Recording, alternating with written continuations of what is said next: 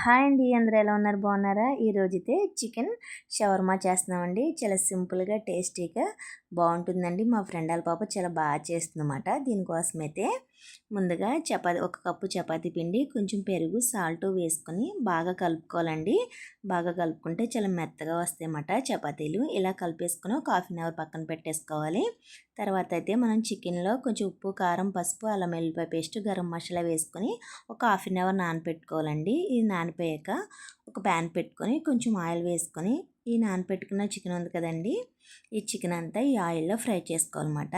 ఇలా ఒక్కొక్క పీస్ వేసుకొని చికెన్ మొత్తం బాగా ఫ్రై చేసుకోవాలి. ఒకవైపు అయిపోయాక మళ్ళీ ఇంకో వైపు కూడా తిప్పుకొని బాగా టైం పడుతుందండి. కొంచెం ఒక 25 మినిట్స్ 30 మినిట్స్ పడుతుంది. ఇది బాగా ఫ్రై అవ్వాలన్నమాట. ఇలా కలిపేసుకొని ఒక పక్కకి ఒకటి వేగాక మళ్ళీ ఇలా వేరే పక్కకి వేసుకొని బాగా ఫ్రై చేసుకోవాలండి.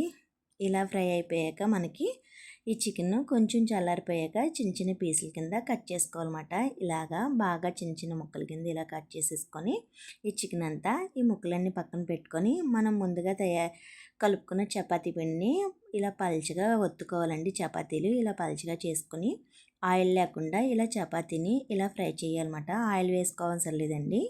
ఆయిల్ వేయకుండా ఇలా కాల్చుకొని చపాతీని ఇలా కాలిపోయాక అందులో కొంచెం మైనస్ వేసుకొని చపాతీ అంతా బాగా స్ప్రెడ్ చేసుకోవాలి.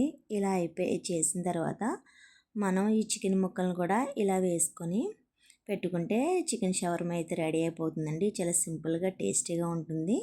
చాలా బాగుంటుందండి. ఈ వీడియో నచ్చితే లైక్ చేయండి. కొత్తగా మన ఛానల్ చూసేవాళ్ళు సబ్స్క్రైబ్ చేసుకోండి. Bye friends.